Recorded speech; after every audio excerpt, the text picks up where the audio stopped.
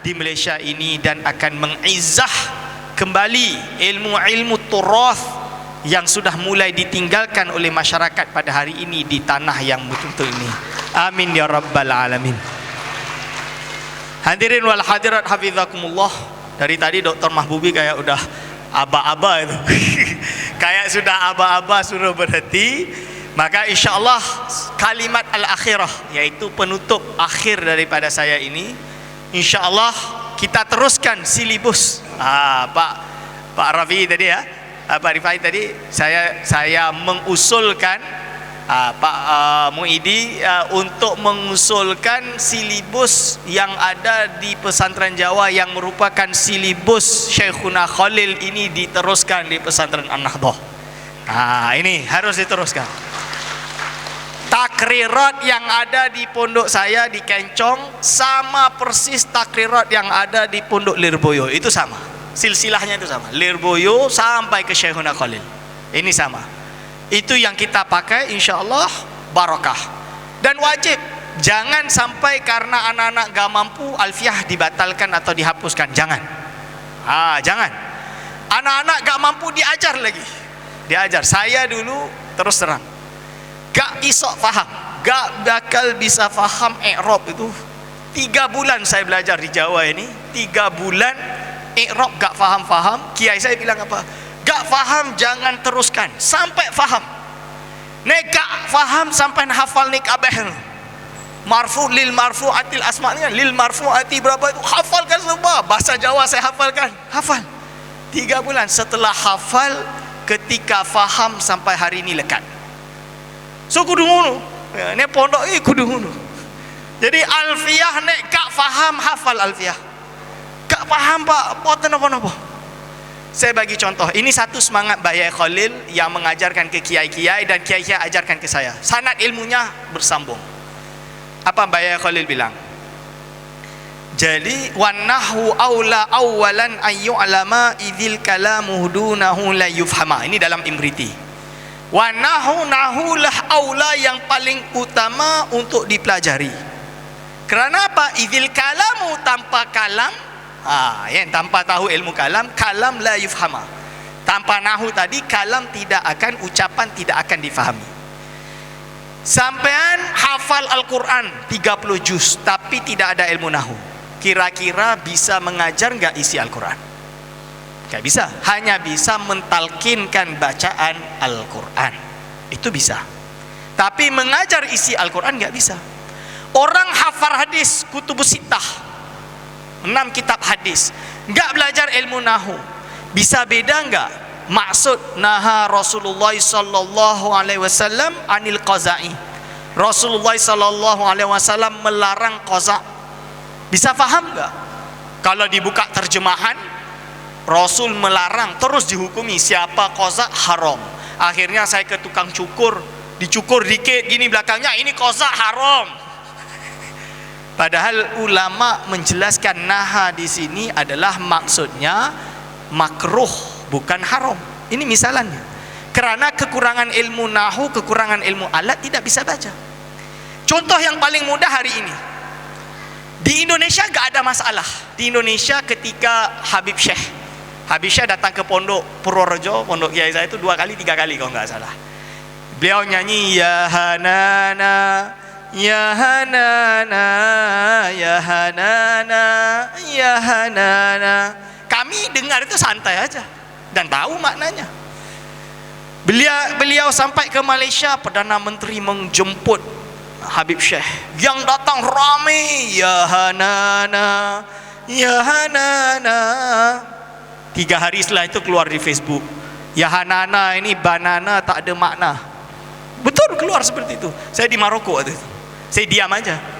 Saya pergi ke Mesir, Syekh Nuruddin nyanyi ya Hanana, ya Hanana. Gak ada yang nyanyi, saya sendiri nyanyi. Saya 3 orang dari Maroko, saya dan 2 santri saya dari Malaysia yang ada di Maroko nyanyi ya Hanana, ya Hanana. Lalu santri-santri pada tanya, maknanya apa? Maknanya apa? Ya Hanana. Saya buka kamus, gak ada. Saya jawab, ini namanya gak ngaji Alfiah Ibnu Malik. Kalau Syekhuna Khalil, dia jawab wa qathru zil maddi tiraran mujma'u. Wa qasru dhi, menghilangkan yang memiliki. Jadi qasru dhi itu apa?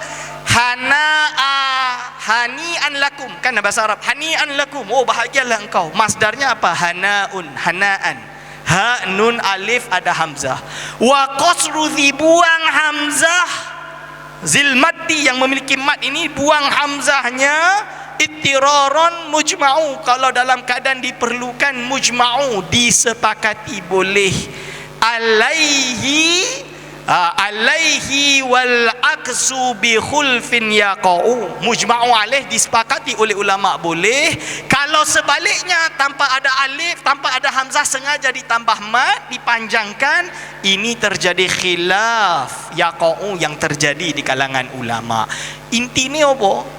Ya hanana, maksudnya ya hanaana, oh enaknya lah kami. Na tu domir nahnu, hanaana kemasukan ya nida, ini maksudnya mubalaghah. Oh kepenak ire aku iki, ha ngono kuwi lho nek Jawa ni. Nek terang bahasa Melayu susah, saya enggak enak nanti. Kalau Jawanya jelas, oh kepenak ire bi Muhammadin, dengan adanya Nabi Muhammad sebagai nabi kita. Nek gak hafal alfiyah ora iso jawab, nggih mboten? Itu. Jadi insyaallah Pak Muhyiddin ya, nanti pasang alfiyah Ibnu Malik wajib. Selagi belum lulus nggak boleh boyong. Harus lulus alfiyah baru boleh boyong. Oke, insyaallah bi barakati Syekhina Khalil, insyaallah ana aktafi bihadzal qadar. Kita kembalikan kepada moderator. Salah silap saya mohon maaf. Aku lu qauli hadza, astagfirullah li wa lakum. Wassalamualaikum warahmatullahi wabarakatuh. Assalamualaikum warahmatullahi wabarakatuh. Kita berikan tepuk tangan yang meriah kepada Dr. Aiman. Jadi karena saya tahu ini waktunya makan, jadi kalau nggak tepuk tangan nanti loyo. Jadi biar tambah lapar gitu, jadi makannya tambah nikmat, maka insya Allah tepuk tangannya tambah meriah. Terima kasih Dr. Aiman. Satu hal poin penting yang mungkin sebagian dari kita tidak banyak memahami atau mengetahui dari apa yang disampaikan oleh Dr. Aiman, bahwa sejatinya Syekhuna Khalil selain dikenal sebagai kewaliannya, kemudian dikenal sebagai perjuangannya, kepahlawanannya, tapi ada sisi yang lain, yaitu bagaimana beliau menjadi tokoh penting dari intisyar tersebarnya kitab Alfiyah Ibnu Malik di belahan negeri Indonesia, khususnya di Jawa dan di Madura. Itulah kenapa Dr. Aiman, kalau di pondok-pondok Madura itu para santri itu boleh belum hafal Quran, boleh tidak hafal Sahih Bukhari, tapi tidak boleh tidak hafal Alfiyah. Sehingga Alfiyah itu menjadi syarat bahkan lulus dari jenjang-jenjang sekolahan sanawiyah, aliyah gitu ya. Karena tadi tentu disampaikan tujuan dari kiai-kiai, para asatidz di Jawa, di Madura itu mewajibkan para santri untuk hafal alfiyah, karena kalian tidak bisa memahami Quran dan hadis tanpa memahami alatnya. Tadi disampaikan tadi, wan nahwu aula awalan ayyulama idzil kalamu dunahu la yufhama. Sehingga sepatutnya alfiyah harus difahami, tidak hanya menjadi syarat supaya lulus ujian. Dulu di Sedugiri kami setiap tahun harus hafal minimal 250 bait. Sehingga selesai sanawiyah harus hafal setidaknya 1000, karena mulainya dari kelas 6 ibtida 4 tahun. Cuman karena nawaitunya cuman untuk ujian, saya dulu hafal 1000, sekarang tinggal 1. Tinggal wanah wa indi dirhamun wali wator multazamun bihi taqaddumul khabar. Atau ada lagi lah, kalau mau tambah 2, wa fi ikhtiyarin la yaji'ul munfasil idza ta'atta yaj'al muttasil. Dulu hafal semua. Cuman karena ngajinya dan hafalannya bukan kayak Dr. Aiman, tujuannya untuk memahami tapi untuk ujian, maka selesai ujian, selesai sudah alfiyahnya. Apalagi pergi ke Malaysia, hilang semua, tinggal semen dan bangunannya. Nah ini saya pikir teman-teman juga banyak dulu yang hafal ini. Ini teman-teman juga banyak dulu yang hafal, tetapi tidak menjadi hafalan yang lahman wadaman gitu ya, mendarah mendaging, karena motivasinya mungkin pada waktu itu yang penting lulus ujian, cepat boyong bisa cepat kawin katanya. Karena kiai nggak bisa ngasih boyong kalau tidak hafal alfiyah. Bahkan di salah satu pondok di Madura, Dr. Aiman, saya tidak sebut pondoknya ya, menjaga kode etik. salah satu pondok di Madura ini memang santrinya hanya boleh boyong kalau sudah hafal alfiyah, dan salah satu mitos yang melekat di benak para santri itu bahwa kamu kenapa semangat sekali suruh ngafal alfiyah, padahal suruh ngafal Quran nggak mau, suruh ngafal hadis nggak mau. Karena kata ustadz saya, kalau hafal alfiyah nanti kalau nikah istrinya cantik gitu. Jadi sudah motivasinya istrinya cantik gitu. Jadi itu mungkin salah satu masalah ya. Tetapi tentu tradisi menghafal Ajrumiyah, Aemriti, Alfa ini harus tetap kita jaga tradisi ini sebagai sebuah legacy ya dari salah satunya Syekhuna Khalil, dan kita juga dorong bersama Pondok Pesantren An-Nahdhah yang kita cintai bersama ini bahwa silabus Jawi khususnya pemahaman dan penghafalan kitab-kitab Nahwu Shorof ini harus kita tekankan, Dr. Aiman, dan kita juga berharap Dr. Aiman juga menjadi bagian dari penguatan dan mengawal ini, termasuk Sayyidul Habib. Nanti kita juga mohon bantuannya untuk Pondok Pesantren An-Nahdhah yang kita sedang bina di Tanjung Sepat.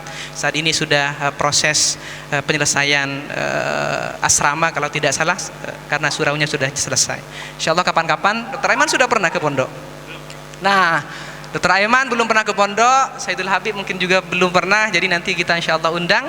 Kalau Ramadan kita bisa ngadain buka puasa bersama, ada tarhib, ada tazkirah Ramadan dari dua orang yang hebat di kanan kiri saya, maka insya Allah akan tambah memberikan semangat kepada para teman-teman pengurus PCNU yang sedang berjuang untuk mensukseskan ini, termasuk Ustadz Ahmad.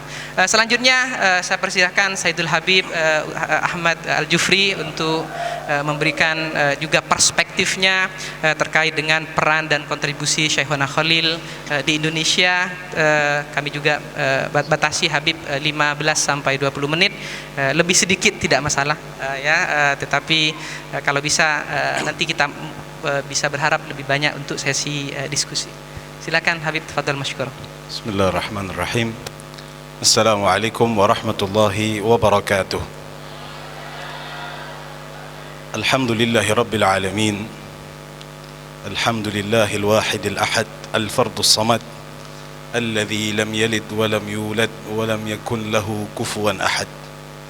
وصلى الله وسلم على سيدنا وذخرنا وقرة أعيننا سيدنا محمد الفاتح لما أغلق والخاتم لما سبق ناصر الحق بالحق والهادي إلى صراطك المستقيم وعلى آله وصحبه حق قدره ومقداره العظيم. أما بعد، سبحانك اللهم لا علم لنا إلا ما علمتنا إنك أنت العليم الحكيم. ربي اشرح لي صدري ويسر لي أمري واحلل عقدة من لساني يفقه قولي آمين يا رب العالمين. Pertama-tama saya ingin ucapkan rasa ta'zim saya, penghormatan saya kepada hadirin hadirat, wabil khusus yang berada di sisi kanan saya, bermula daripada ustadz saya yang beliau katakan kawan dan apa, sebetulnya beliau ini adalah guru saya, ketika salah satu orang yang menjadi inspirator untuk saya untuk belajar lebih dan lebih lama di Malaysia saat itu. Ketika itu masih tahun 2015 saya pertama kali berjumpa dengan Dr. Mahbubi.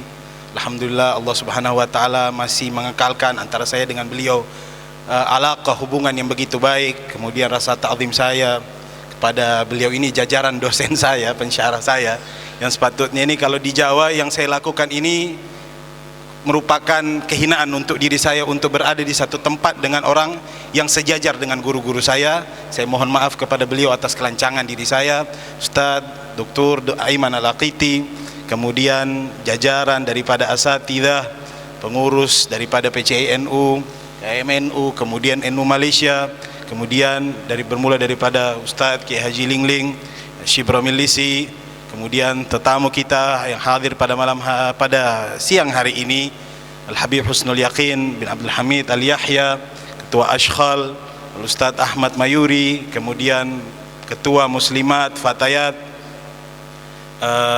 Ibu Mimin, Ustadzah Mimin, kemudian jajaran daripada aparat pemerintah. Alhamdulillah mereka memberikan dukungan yang begitu penuh, bermula daripada Ibu Hajah Gubernur Khafifah Indar Parawansa, kemudian Abdul Latif Amin Imran sebagai Bupati daripada Bangkalan, Kiai Haji, kemudian Haji Tariqul Haq Bupati Lumajang, kemudian juga salah satu speaker kita, panelis kita pada hari ini, baik sejarah jauh tetapi mudahan dekat di hati, Dr. Muhaimin, juga segenap jajaran daripada pengurus, orang-orang yang terlibat di dalam menjayakan acara ini, majlis ini, tanpa saya sebut namanya satu persatu, tapi tidak mengurangi rasa ta'zim dan rasa hormat saya kepada antum sekalian. Semoga kita yang hadir pada siang hari ini mendapatkan cucuran rahmat, berkat diwasilah daripada Syekhuna Khalil bin Abdul Latif Al-Bangkalani. Amin ya rabbal alamin. Ibu-ibu, bapak-bapak sekalian, tuan-tuan, puan-puan sekalian, tanpa membuang masa, apa yang kita lakukan pada hari ini yaitu meraih gelar, ataupun ini adalah merupakan bentuk sokongan, dukungan agar dipercepatnya pemberian gelar kepada Syekhuna Khalil dengan gelar pahlawan nasional, baik daripada sisi agama dan sisi kenegaraan. Tadi beliau mengatakan, Ustadz Mahbubi mengatakan bahwa 9 orang daripada murid-murid beliau, talian tersebut telah menjadi pahlawan. Tetapi sungguh sayang, guru beliau, kalau ini ibarat ujung tasbih, tak ada orang membuat tasbih itu tanpa ujungnya, sehingga beliau ini adalah kepala daripada tasbih tersebut. Cuma kadang-kadang saya teringat ketika masih masa kecil dulu, ketika kalau nonton film itu, tengok film itu, biasanya superhero itu datangnya paling akhir. Nah, superhero itu datangnya paling akhir, yang memberikan isyarat kepada kita bahwa apa-apa yang nampak pahlawan-pahlawan yang kita lihat saat ini, sungguh mereka tidak akan menjadi orang-orang yang demikian tanpa superhero yang begitu dahsyat. Katakanlah beliau Superman-nya kita. Tanpa mengurangi rasa takzim saya kepada beliau, tetapi beliaulah orang yang menjadi murabbi kepada orang yang kita sebut mereka dengan hadratus syekh, al-imam, kiai haji, dan bentuk ucapan-ucapan pengagungan kepada kiai-kiai tersebut. Dan ini upaya kita di dalam mensematkan gelar pahlawan tersebut adalah bentuk ucapan terima kasih kita kepada Syekhuna Khalil Bangkalan yang memberikan sumbangsih yang begitu besar. Dan ini adalah salah satu ajaran daripada Nabi besar Muhammad sallallahu alaihi wasallam, yang dimana diriwayatkan di dalam hadis yang panjang diriwayatkan oleh Imam An-Nasai, juga Ad-Darimi di dalam hadisnya. Nabi sallallahu alaihi wasallam pernah bersabda, "Man sana'a ilaikum ma'rufan fakafihu." Maka siapa yang berbuat kebaikan kepada kalian, maka tuntaskanlah kebaikan tersebut, balas budi orang tersebut. Fa in lam tajid ma tukafiuna, apabila engkau lam tajidu ma tukafiuna, apabila kalian tidak mendapati apa-apa ataupun bentuk usaha yang dapat membalas kebaikan orang tersebut, fad'ulah, maka doakan orang tersebut dengan doa-doa yang baik. Tentu doa-doa yang baik kepada Syekhuna Khalil Bangkalan tersebut tidak terkira dan terhitung. Saya diberitahu ketika membaca artikel tentang bagaimana Syekhuna Khalil tersebut di Bangkalan, setiap harinya dikatakan bahwa tidak kurang daripada 1000 orang berziarah, pergi ke pusara kuburan beliau semata-mata hanya untuk berdoa, meminta rahmat dan berkat daripada Allah Subhanahu wa taala. Akan tetapi ketika berbicara tentang Syekhuna Khalil Bangkalan, biasanya masyarakat kita yang awam ini memang lebih suka untuk membahaskan perkara-perkara yang di luar nalar akal kita, atau yang bisa kita katakan dengan karomah, atau di bahasa lain kita katakan khariqul adah. Ini kalau hadirin hadirat sekalian, kalau saya yakin setiap orang yang ditanya, wabil khusus orang-orang Madura, setiap orang ini mempunyai cerita sendiri tentang bagaimana sosok karomah yang begitu luar biasa daripada Syekhuna Khalil tersebut.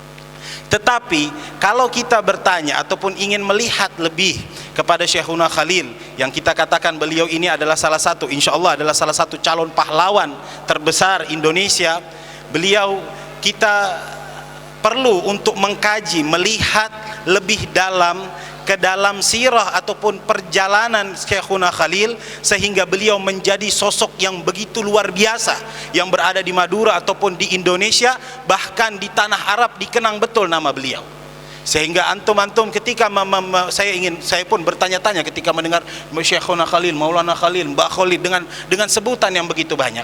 Bahkan ketika kami di Hadramut pun beberapa guru kami ketika kami belajar nahwu, mereka ketika berbicara tentang wallahu alam Al-Faqir tidak hafal Alfiyah sebagaimana husnudzan daripada Dr. Aiman Al-Aqiti, tapi alhamdulillah belajar kitab tersebut waktu di Hadramut 2 kali ataupun 3 kali.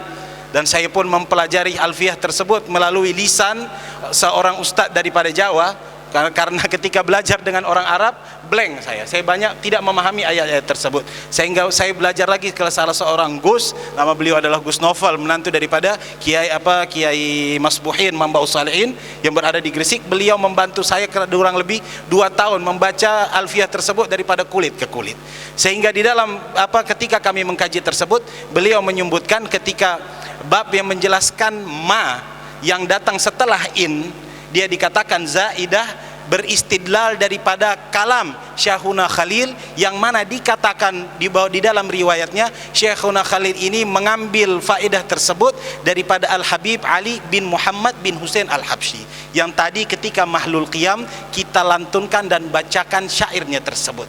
Pertanda kekerabatan ataupun talian yang begitu kuat terjalin bukan hanya antara orang yang berdarah Indonesia semata, antara kalau kita katakan ustadz dan kiai, tetapi pertalian tersebut amat sangat erat, bahkan seperti saudara antara kiai dan habaib bermula daripada zaman dahulu.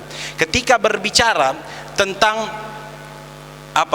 rentetan sanad keilmuan daripada habaib ataupun daripada kiai yang berada di Indonesia, rata-rata ketika mereka mengambil di Mekah, wabil khusus ketika datang setelah Syekhuna Musnidud Dunya, akhirul musnid tamakil, bahwa Syekh Yasin Al-Fadani mengatakan bahwa setiap orang, dalam riwayatnya mengatakan bahwa setiap orang yang mengambil riwayat daripada Syekh Yasin Al-Fadani, mereka berintisab tidak secara langsung kepada Syekhuna Khalil Al-Bangkalan. Ini merupakan sebuah kemuliaan ya untuk kita, bagi masyarakat Indonesia. Bahkan sanad tersebut dikenang bukan hanya di tanah kita, tetapi di Hadramut pun mereka pada ulama ketika belajar di Mekah dan bertemu dengan Syekh Yasin Al-Fadani, mereka membangga-banggakan nama Syekhuna Khalil bin Abdul Latif bin Kiai Hamim bin Abdul Karim, cucu daripada Syekh Sayyid Sulaiman, daripada turunan Sunan Gunung Jati, betul. Sehingga ini merupakan sebuah kebanggaan yang luar biasa. Beliau ini dikatakan bahwa di dalam tarjamah ataupun biografi yang ditulis oleh Syekh Yasin Al-Fadani, beliau menyebutkan bahwa sumbangsih di dalam bidang pendidikan, bahkan yang diceritakan oleh Dr. Aiman Al-Aqiti, bagaimana ihtimam, perhatian yang luar biasa beliau tumpahkan di dalam pendidikan tersebut, sehingga jihad tersebut tidak selalu identik dengan mengangkat tangan dan kemudian berteriak takbir ataupun mengangkat senjata untuk mengatakan ini dan itu, tetapi beliau menekankan untuk mengangkat pulpen dan buku dan mencetak manusia-manusia yang mempunyai keimanan dan rasa tawakal, percaya betul kepada Allah Subhanahu wa taala. Tercurahlah dalam ungkapan Syekhuna Khalil mengatakan bahwa hadza Syekh Al-Allamah, dikatakan Bahrul, dikatakan beliau merumpama adalah sebuah lautan yang tidak bertepi.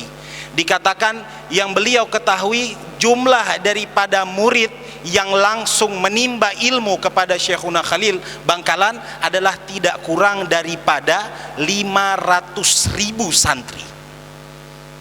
500.000 santri. Nah, ini kita yang sekarang mengajar ini, wallahu a'lam, 100 santri kalau ada majlis dihadiri oleh 100-200 merupakan sebuah kebanggaan. Bayangkan, ini bukan orang yang hadir ceramah beliau, tetapi yang mulazamah kepada beliau untuk mengambil ilmu daripada beliau. Dan di antara 500 tersebut mereka katakan bahwa ada tidak kurang daripada 3.000 yang mereka masuk di jajaran ataupun barisan ulama-ulama kaliber kelas dunia, yang membuktikan bahwa keilmuan yang dimiliki oleh Syekhuna Khalil tersebut bukan di tingkatan yang kaleng-kaleng ulama biasa, tetapi beliau ini hampir bisa dikatakan berada di dalam puncak sanad keilmuan yang berada di tanah Jawa. Dari situ kita dapat lihat ketika berbicara tentang Lirboyo, berbicara tentang pondok apapun, saya rasa cerita dan sejarah mereka tidak pernah bisa dipisahkan daripada Syekhuna Khalil Bangkalan. Dan daripada situ, bahkan kalau antum melihat, bukan hanya di tanah Jawa, tetapi beberapa habaib yang berada di Jakarta, seperti salah seorang daripada mereka, Al-Habib Salim bin Ahmad bin Husain bin Toha bin Jindan, yang beliau ini dikatakan adalah salah seorang musnid, orang yang pakar sanad di dalam hadis, kemudian rawiyah, kemudian muhaddits, allamah besar. Beliau mengatakan bahwa di dalam beberapa tulisan beliau mengatakan bahwa faedah ini saya ambil daripada guru saya, Syekhina Muhammad Khalil Al-Bangkalani. Beliau mengatakan, dan beliau ini adalah orang yang begitu alim. Bahkan terlihat dari bagaimana didikan beliau kepada habaib yang jelas mungkin mereka bukan berdarah darah Indonesia, tetapi mereka sudah dilahirkan di Indonesia, seperti Habib Salim bin Ahmad bin Husain bin Toha bin Jindan.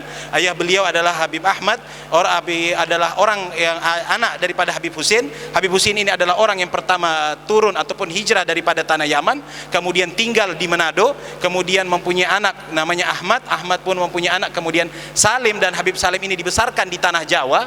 Beliau ini mengajarkan kepada Habib Salim bin Jindan bukan hanya mengajarkan ilmu tersebut, tetapi beliau menitipkan dan menempa hati Habib Salim bin Ahmad bin Jindan ini dengan kecintaan yang begitu penuh akan tanah air Indonesia. Antum kalau lihat di dalam tulisan-tulisan beliau, itu beliau mengatakan qala yaqul dikatakan ini adalah tulisan daripada Al-Faqir ilallah, semisal Salim bin Ahmad bin Husain bin Toha bin Jindan bin Syekh Abu Bakar bin Salim Al-Alawi Al-Husaini Al-Indunusi.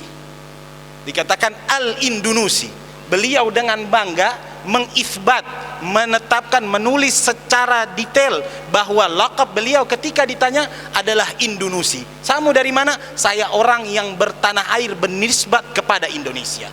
Tanda beliau begitu bangga menjadi orang Indonesia. Bahkan dikatakan bahwa salah seorang yang ketika di Jakarta, ketika isu proklamasi Indonesia akan diproklamirkan oleh Insinyur Soekarno, saat itu Al-Habib Ali bin Abdurrahman Al-Habsyi Maula Kuitang, kemudian Habib Salim bin Ahmad bin Jindan, sesaat dikatakan beberapa jam sebelum proklamasi itu disebutkan, dikatakan bahwa mereka melalui mimbar-mimbar malam Jumat saat itu ketika Maulid, karena proklamasi itu terjadi pada hari Jumat 17 Agustus jam 10.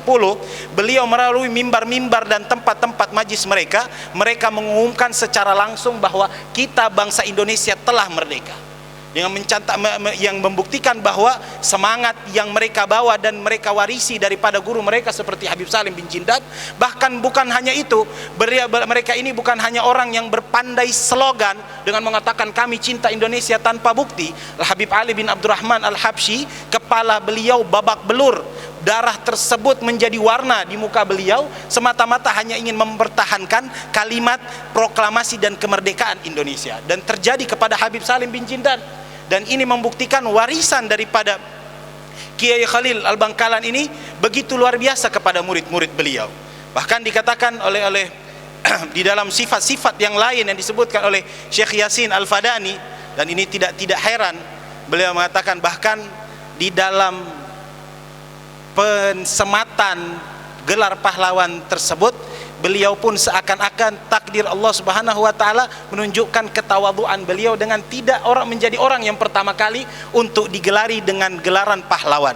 Sebab apa dikatakan ketika Syekh Yasin Al-Fadani mengatakan wa min sifatihi, daripada nu'ud ataupun sifat-sifat yang biasa saya lihat daripada guru saya Syekhna Muhammad Khalil Al-Bangkalani, beliau mengatakan wa kana syadidat tawadhu.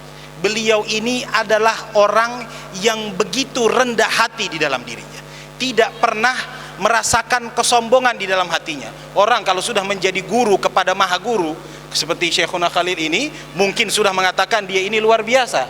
Kita baru mengajarkan, mungkin ada beberapa tempat yang sudah menjadi orang hebat lupa dengan kulitnya. Tetapi beliau bahkan dikatakan oleh Dr. Aiman Al-Aqiti, di dalam keilmuan beliau, ketokohan beliau, pemahaman beliau yang begitu luar biasa di dalam Alfiyah Ibn Malik, ketika di dalam sebuah cerita bahwa beliau ini ketika mengajar nahu jarang hatam kitab nahu tersebut.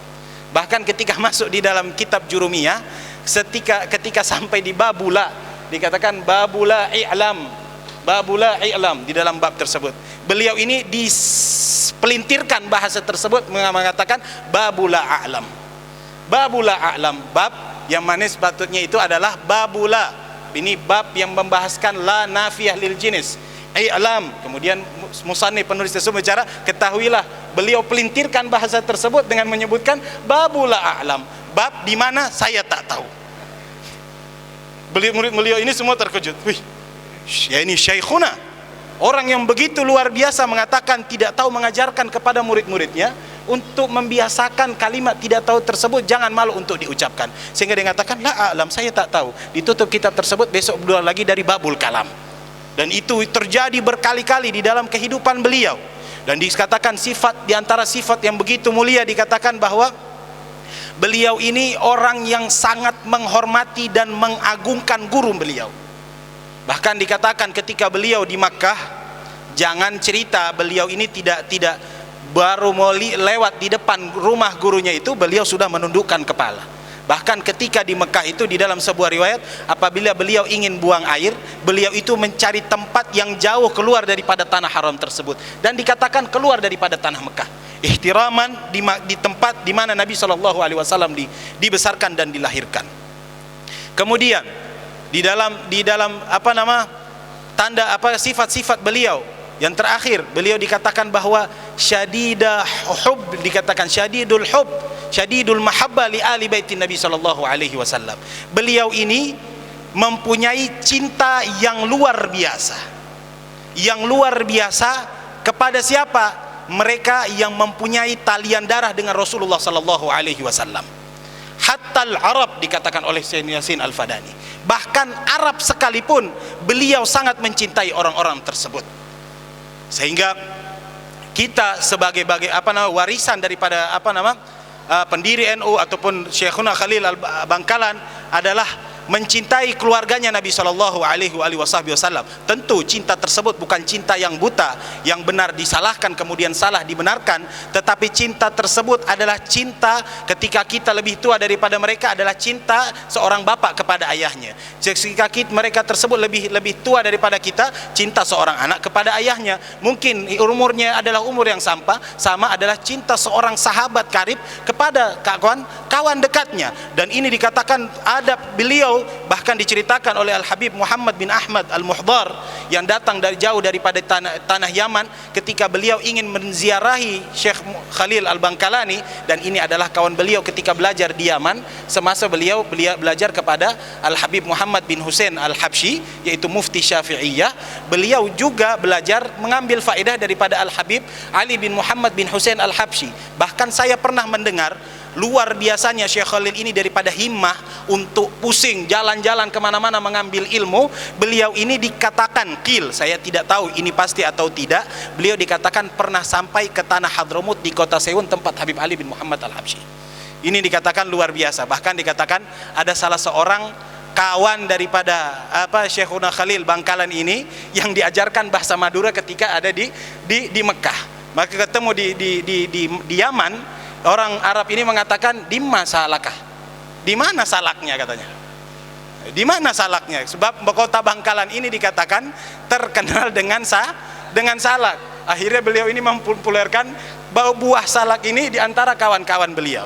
Ini menunjukkan kedekatan yang luar biasa beliau dengan habaib, dengan zuriyah Rasul sallallahu alaihi wasallam. Habib Muhammad bin Husain Al-Habsyi Muhammad bin Ahmad Al-Muhdar mengatakan bahwa ketika menyambut kami di depan rumahnya, beliau ini dengan penuh ta'zim, menunduk, kemudian melepaskan alas kakinya semata-mata menghormati darah baginda Rasulullah sallallahu alaihi wasallam yang berada pada diri Habib Muhammad bin Ahmad Al-Muhdar. Dan ini luar biasa, dan ini merupakan saksi-saksi yang begitu nyata daripada lisan ulama mengenai tingkat kecintaan, tawadhu, tauqir, ta'zim beliau kepada setiap segala sesuatu yang berkaitan dengan diri Nabi sallallahu alaihi wasallam. Ta'zim, tawadhu beliau berkaitan dengan diri Nabi sallallahu alaihi wasallam, sifat tawadhunya Nabi. Ta'zim beliau kepada guru-guru beliau, beliau mengagungkan para pewaris Nabi sallallahu alaihi wasallam, juga beliau mengagungkan para ahli baitnya Nabi sallallahu alaihi wasallam, sebab itu adalah tuntutan daripada Nabi sallallahu alaihi wasallam untuk senantiasa menjaga kerukunan dan kecintaan kita kepada orang-orang yang bertali darah dengan Rasulullah sallallahu alaihi wasallam. Kemudian maaf mungkin 5 menit untuk menutup. Ada poin yang begitu ajaib yang saya lihat di dalam ketika beliau belajar di Mekah. Beliau belajar tentu berjumpa dengan ulama-ulama yang kami katakan bahwa itu boleh dikatakan akhir daripada asr zahab, masa-masa keemasan ulama para ahlu sunnah wal jamaah. Semoga akan terus dilanggengkan ahlu sunnah ini oleh Allah subhanahu wa ta'ala, amin ya rabbal alamin. Baik dengan wasilah NU ataupun dengan apapun, semoga Allah subhanahu wa ta'ala kekalkan terus, amin ya rabbal alamin. Ketika beliau